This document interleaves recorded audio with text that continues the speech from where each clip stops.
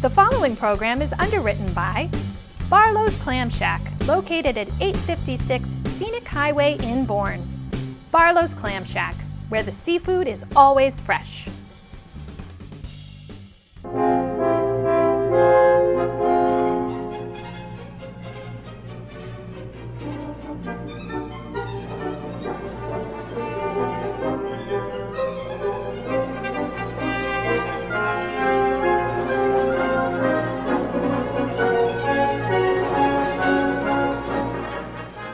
Hi, this is Kathy Fox Alfano for Upper Cape Spotlight, and today I have a very special guest, our State Auditor Diana DiZoglio. Hello. Hi, Diana. We came into Boston to see Diana, and she has been rocking it, I have to say. Now, Diana, didn't anyone tell you that a state auditor is like this dull, boring job? Did they not get that? I mean, they did, actually. They did tell me that. I have actually really enjoyed shedding some sunlight on what the Office of State Auditor actually does. And I do believe that the Office of State Auditor is a very exciting place to be, and being the State Auditor is certainly very exciting. A lot of people think that, you know, when they think about the State Auditor, they think of green eye shades and, you know, sharpening pencils all day long. Our office actually does what's called performance audits, and we are the Chief Accountability Office for the state of Massachusetts, looking at processes and procedures in state agencies to help make government work better, looking beyond just financials to actual programs and their efficiencies or inefficiencies to make sure that we're helping make government work better on behalf of the taxpayers who fund these programs. Well, I have to say, I cannot remember in my lifetime a state auditor who has been so much in the news, in people's minds, and making a difference. And I have to say that is just amazing in such a short amount of time. Thank you. Yeah. Well, you know, we've been in the news a little bit more these days for some unfortunate reasons, which have to do with the lack of cooperation from our state legislative leaders in the House of Representatives and the Senate, who are refusing to comply with our office's audit of the state legislature right now. We are simply seeking to do our jobs to increase transparency, accountability, equity, and accessibility into a legislative body that sorely needs an increase in all of those things. We are frequently ranked as one of the least transparent state legislatures in the entire nation, not subject to public records laws, not subject to open meeting laws. Committee votes on how your legislators voted are not recorded. So being one of the least transparent state legislatures in the nation, according to most good government groups, isn't something that Massachusetts taxpayers really are wanting to stand for, and they are ready to take action on making sure that they cooperate. So many folks have come alongside of me in my personal capacity, alongside of a group of transparency activists, to champion a ballot initiative that would bring this question to the voters, asking voters for the express authority, calling out the general court in the language of the law, for the auditor's office to be able to audit the state legislature. Now, Kathy, as you know, we've exposed that over at least 117 audits of the legislature have actually already been conducted by the Office of State Auditor, setting clear precedent that this was always historical practice. Oh, interesting. Okay. In recent years, it has been said, though it has not been true, that the Office of State Auditor never conducted audits of the state legislature, and that what we were trying to do was some new, unheard of thing.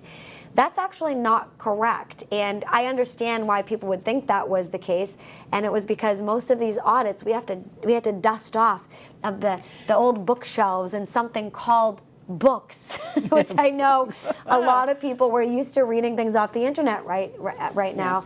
But these books were never digitized.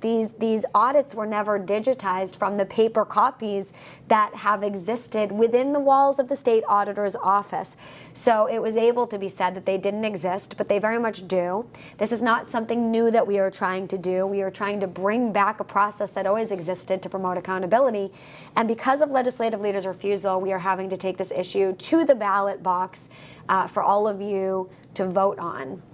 Now, Diana, you've been a state representative and a state senator, so you know what these processes are. Is there another way to go about this that would be, I don't know, quicker? Obviously, we know where the problem is. Is there some other way around this? Well, we've asked the Attorney General for support on this matter, and unfortunately the Attorney General decided to side with legislative leaders against this audit initiative. And we didn't ask her for a judgment on this. We asked her to represent us in court because we wanted to take this matter to the judiciary because we have a difference of opinion on what the law actually states.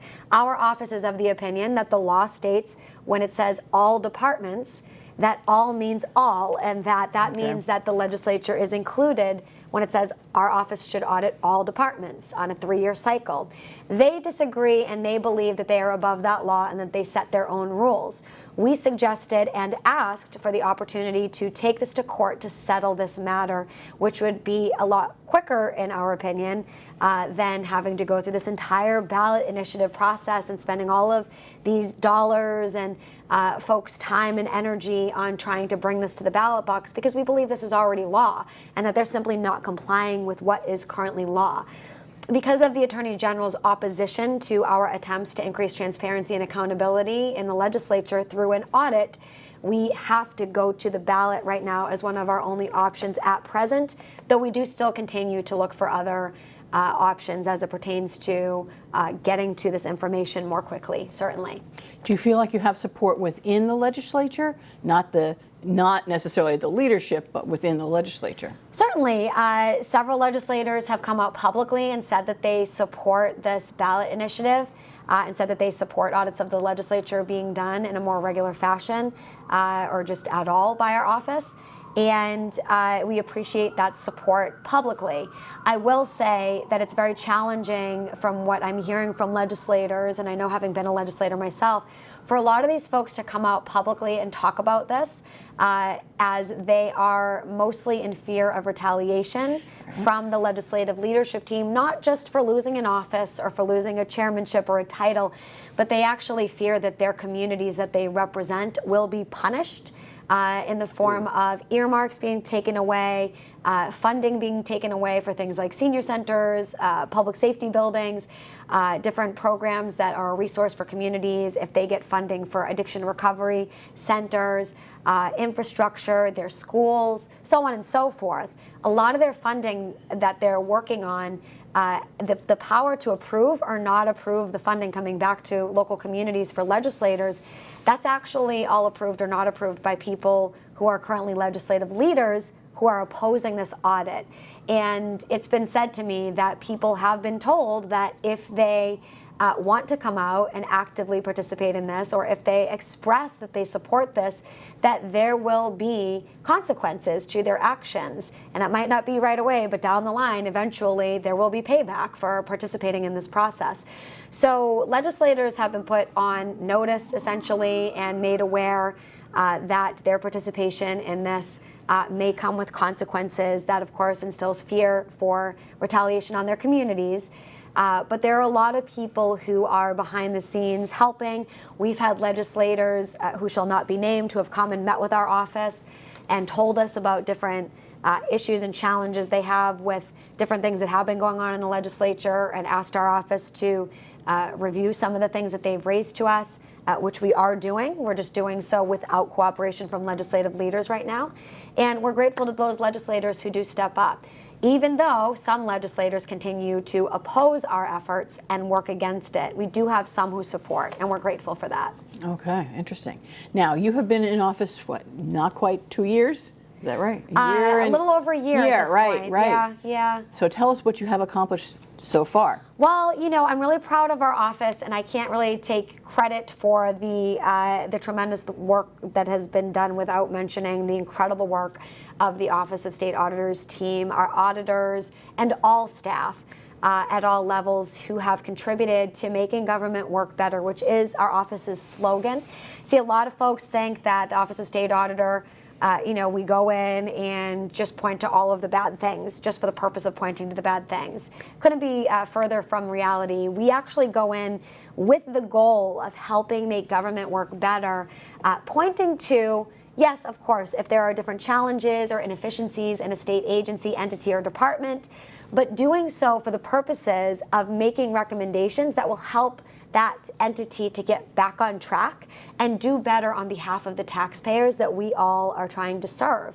So we do this mostly, we do this with agencies who mostly operate back with us in a spirit of cooperation, unlike legislative leaders right now.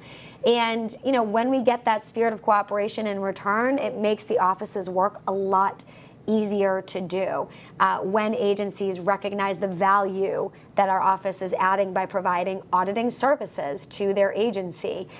We've done audits recently where folks have said, thank you so much, we appreciate those recommendations, and we're going to get to work right away on implementing those recommendations that you made. And sometimes before we even finish the audit and getting that report back out to people, these agencies have already addressed the challenges that we've identified and pointed to the solutions that they have implemented to correct any problematic areas.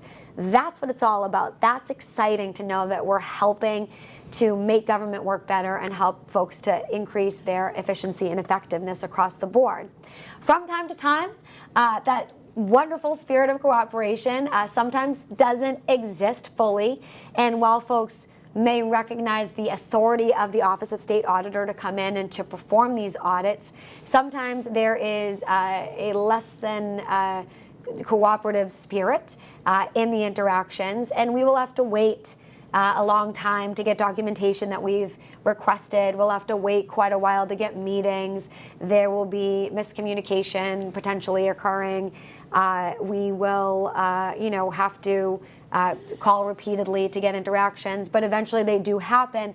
Those audits can take a little bit longer of a time to be able to complete, but they do get completed, and then at the end of the day, you can see in the audit itself what our findings were and what their responses were. And folks can see very plainly we are subject to public record, so anybody can get access to these documents and any questions they have about these documents once they're completed.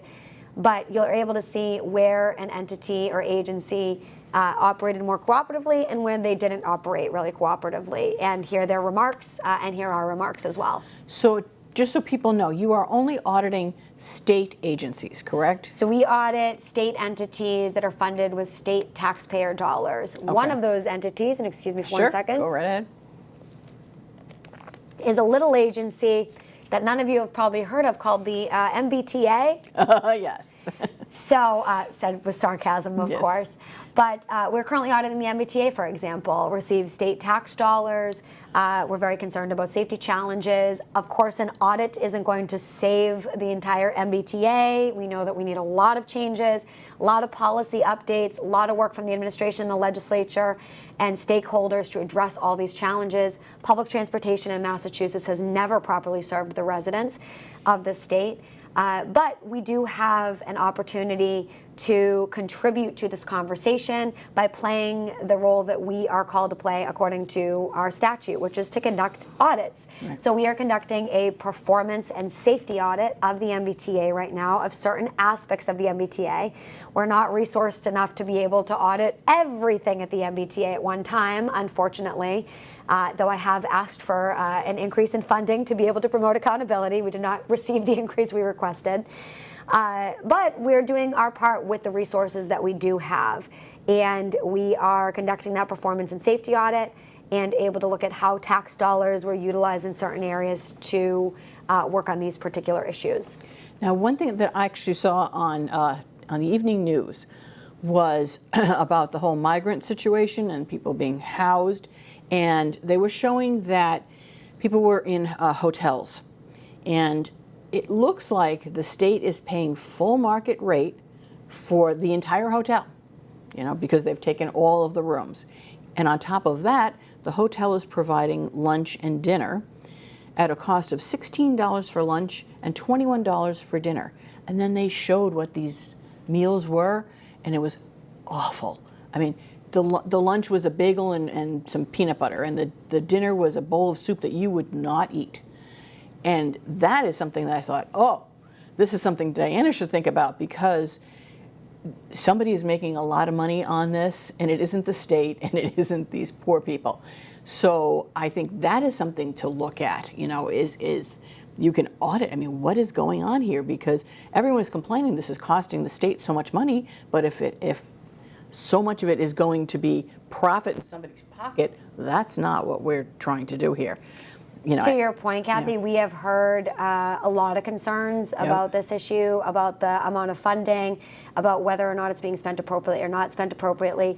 I would say that regarding these different purchases that are made, so our office goes in to analyze where there are potential challenges that may exist that haven't been identified. I think that the things you talked about, you were able to get access to that information because that information is out there for critique, for people to give their opinion about whether they agree or disagree with the way that funds are being spent right now. But the reason why you're able to critique is because that information is out there right now. So that is something that policymakers need to make decisions about. This administration needs to make decisions about whether or not they want to continue down this path, whether or not they think that it's appropriate to spend resources the way that they're appropriating these resources.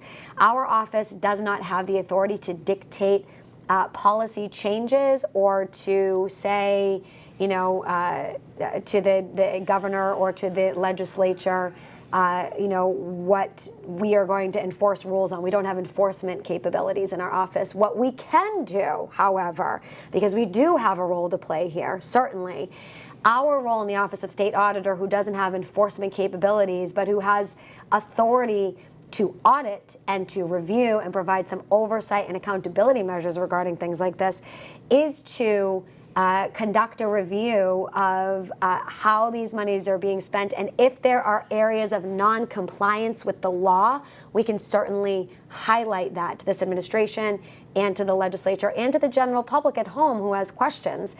So we are actually looking at different issues within the emergency shelter system right now, understanding that there is a lot of concern about the amount of funds that's going in a very short amount of time. In an effort to increase transparency and accountability for taxpayers. We can't set policy, we can't make the decisions about how to spend money, where to spend it, why to spend it. That's up to the governor and the legislature. But we can shine a light with the Office of State Auditor on if there are non-compliance issues within that process, or if there's misappropriation of funds, for example, or if there was some challenge in an area of spending those funds and it was done inappropriately, so not in accordance with the law. The law is the law, but if something was done not in accordance with the law, our audit would hopefully catch that and be able to report that back to folks. So certainly that is part of an ongoing review that we are actually doing right now that's looking actually beyond that issue at housing. So that's included, but in addition, I should say, to that issue, we're also looking at housing authorities in Massachusetts. We're also looking at housing overall in Massachusetts and different challenges. We know we're in a housing crisis and that folks are not able to afford living with a standard of dignity in the communities that they're working hard to serve in. That's unacceptable in a state like Massachusetts. We need to come together to address the housing crisis, and it's going to take looking at all of these different areas. Look at zoning, right? Looking at these housing authorities, looking at the way that the Department of Housing and Livable Communities, former DHCD, is operating, and if their programs are operating as efficiently and effectively as possible. So, we are looking at housing from a broad-based perspective with, of course, a focus on this area amongst other topics. And we look forward to continuing to do that work alongside of many of you who have concerns. And I invite people, if you have concerns, to pass along those concerns. Our office's email is auditor@massauditor.gov. If you'd like to pass on some issues of concern, please feel free. Now, when you were campaigning, one of the big issues you were talking about was NDAs, non-disclosure agreements. I know that was a personal thing for you, but it was also something that we all wanted to pay attention to. Have you had any success with that? So we are conducting that audit right now, an audit of the state's taxpayer-funded settlement agreements. That may include non-disclosure language. We want to make sure that we are looking at how the system operates in different state entities across the board. We are currently conducting that review. I'm not really able to, according to Government Accountability Office's standards, talk about the findings of that review so far, just so as to not compromise the integrity of the audit. But I will say all of that's a matter of public record as soon as the audit is complete. So I'm excited about when that audit is complete to be able to talk about the findings and how we can work to, again, make government work better and to make sure that we are focusing on, systems that need to be maybe put into place, making sure there's accountability around documenting if taxpayer funds are going towards silencing people about harassment or abuse of any kind. Certainly we don't want taxpayer funds going towards covering up inappropriate or even illegal behavior through the use of these non-disclosure agreements. So we're currently working on that audit. As soon as we have the results, I'll be happy to come back on, Kathy. That would be You'll great. have to have me back on. All right. Would you say it's going to be in 2 months or 2 years, or do you have any clue as to how long this takes? So this is a pretty comprehensive review, Yes. much more comprehensive than our normal audits. If we audit, for example, a local regional transit authority, generally speaking, that can take, a little over a year, between a year to a year and a half. This is much more comprehensive. We're looking at various entities. So because we're looking at all of these different departments and entities across the board in state government, it is taking a little bit longer than your average audit. But we're hoping within the next few months or so to get this released, yes. Okay, great. Now, how about what you have accomplished so far in terms of audits? Are there groups that you can say, oh, we worked with this agency and things are so much better now? Have you had like any concrete accomplishment yet? Yeah, Too soon? like I said, some folks are really interested in working with the spirit of cooperation. Now, I'm not saying that they get out the pom-poms when my auditors come in and that they're like, yay, we're so excited we're getting audited right now. We totally understand that it can be sometimes a challenging process. Our audit teams work to make sure that people feel as comfortable as possible and that they understand that we're not there to play the gotcha game, that we are there to help make government work better and to work alongside of them to do so. And in various cases, you'll see, that spirit of cooperation playing out in the audit. Like, for example, in a more recent audit that we did of the RTA up in the Merrimack Valley area, actually. Okay. We actually had such a good experience with them and vice versa that they actually ended up wanting to do a video with our team and all the local mayors highlighting the services of the Regional Transit Authority and the services that they provide to those needing public transportation via bus service, for example, right? I know that, in the Cape, maybe not everybody's taking a train or something as much as they are in a city like Boston, but I live in the Merrimack Valley area and, not a lot of people are able to take MBTA services around in the form of trains, but we do have public transportation in the forms of these buses and these bus services. And what was found is that they had some room for improvement in their services to folks with disabilities. Okay. And we conducted an audit. We identified some challenges in that area and ways that they could improve upon their delivery of services to folks who had disabilities. And when we highlighted those things, they didn't kick up their feet or throw a tantrum about the fact that we found inefficiencies. What they instead did was they thanked the audit team, talked to them about how grateful they were that they had highlighted some areas where they could do better. They actually fixed those issues during the course of the audit and subsequently came back and said, hey, we just want to thank you for helping us because we really want to make sure that we are serving all residents, especially those who are more vulnerable. Mm-hmm. We want to make sure that we're actually providing services that are assisting them and not causing additional grief in their life, for example. So we ended up actually doing a fun video that we put on social media highlighting the great work of our local regional transit authorities and how they can be a resource to the communities, and talked about how an audit can help make government work better.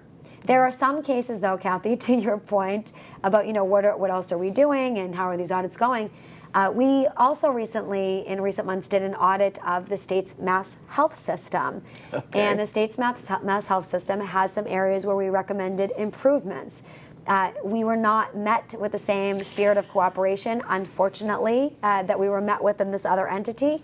And when we identified that an estimated nearly $85 million of our tax dollars was being spent, inappropriately so, on behalf of out-of-state residents who no longer live here to cover administrative costs and burdens associated with managed care organizations, that was not taken well by Mass Health, and they vehemently denied any of the facts that were presented very clearly to the agency.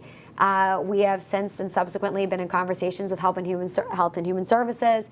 the agency that provides oversight for Mass Health. Unfortunately, Mass Health still has yet to remedy the challenge that we identified that allowed for this to occur.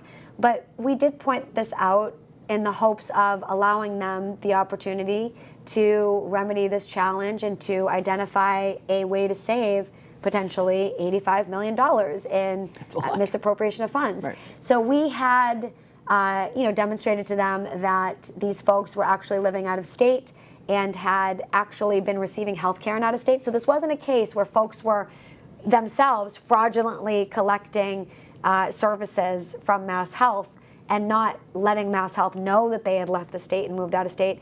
They actually did the right thing. They enrolled in the other state's Medicaid program or in another healthcare system. So it wasn't on the fault of the resident. It was actually here in the state of Massachusetts, our state government's processes and procedures over at Mass Health that did not take that information about that person enrolling in another program, put that into our state database, and change the way that we calculate how we send this money out to managed care organizations on their behalf. So we were spending money in these managed care organizations on behalf of out-of-state residents that were actually getting health care in other states. So that type of thing is really unacceptable, especially once it's identified, to continue without taking action. So our office is working with Health and Human Services to address that and hopefully remedy that issue moving forward. We did wish we had more of a spirit of cooperation from Mass Health. We have encouraged that moving forward to be the case. And we hope that moving forward, they will work alongside of our office to help address these challenges, understanding that we're just doing our jobs and we're trying to save taxpayer dollars for folks across the board in Massachusetts who work really hard for those tax dollars that we send into state government. Look, friends, we want folks to have access to services across the board. I was raised by a single mom. She was 17 when she had me. I grew up housing insecure.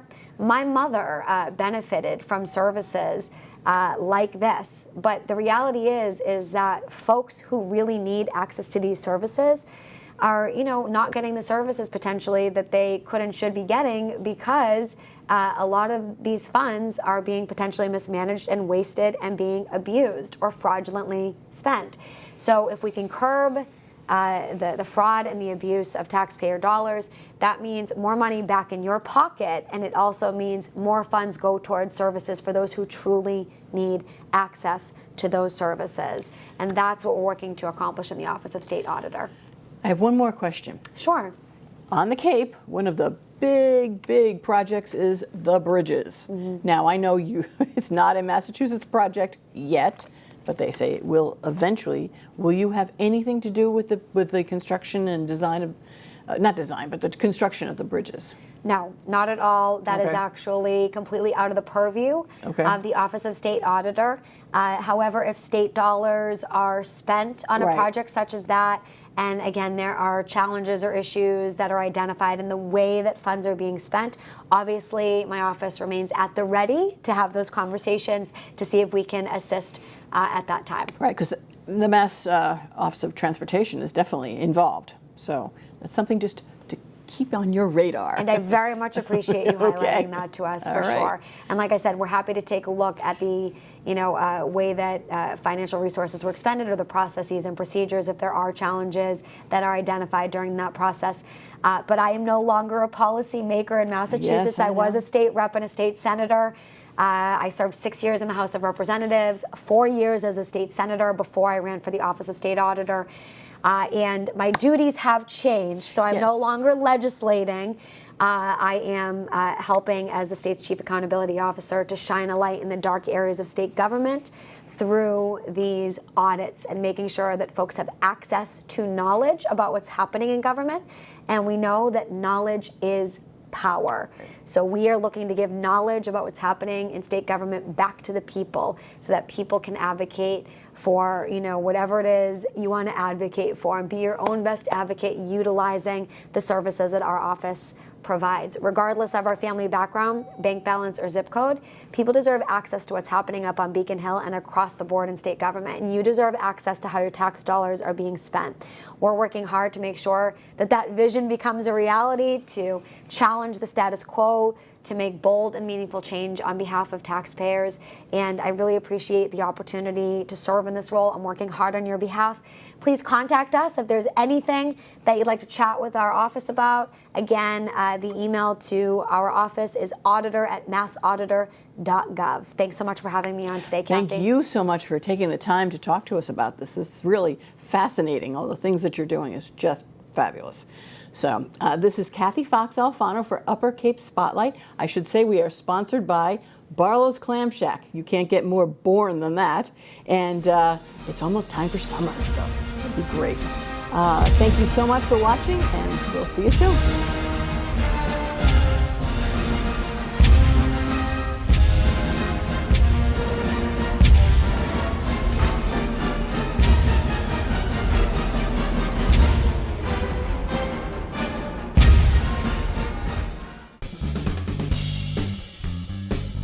The preceding program was underwritten by Barlow's Clam Shack, located at 856 Scenic Highway in Bourne. Barlow's Clam Shack, where the seafood is always fresh.